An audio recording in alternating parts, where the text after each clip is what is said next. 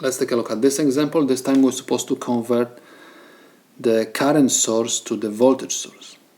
Okay, I'm going to just assume that this is my ground over here. Okay, and please notice that the current goes up. Okay, if current goes up, I'm going to draw my voltage source with the positive terminal at the top.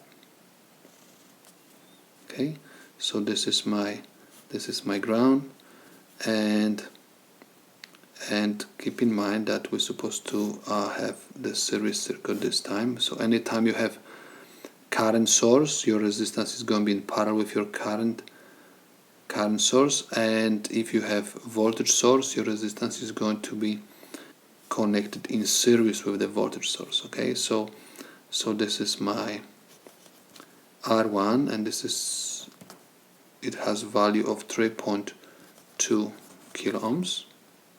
Okay, so this is my point X, this is my point Y, and this is my Vs. Now, in order to find the voltage, Vs is equal, you have to use Ohm's law, Is times R1, where Is is equal 3 milliamps times R1, which is equal 3.2 kilo ohms. So Vs is equal 3 exponent 3 negative times 3.2 exponent 3. This is equal 9.6 volts. So Vs is equal 9.6 volts.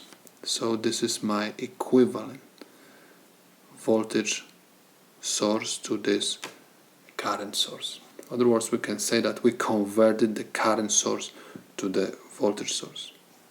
This is my solution. Okay, this is 9.6 volts.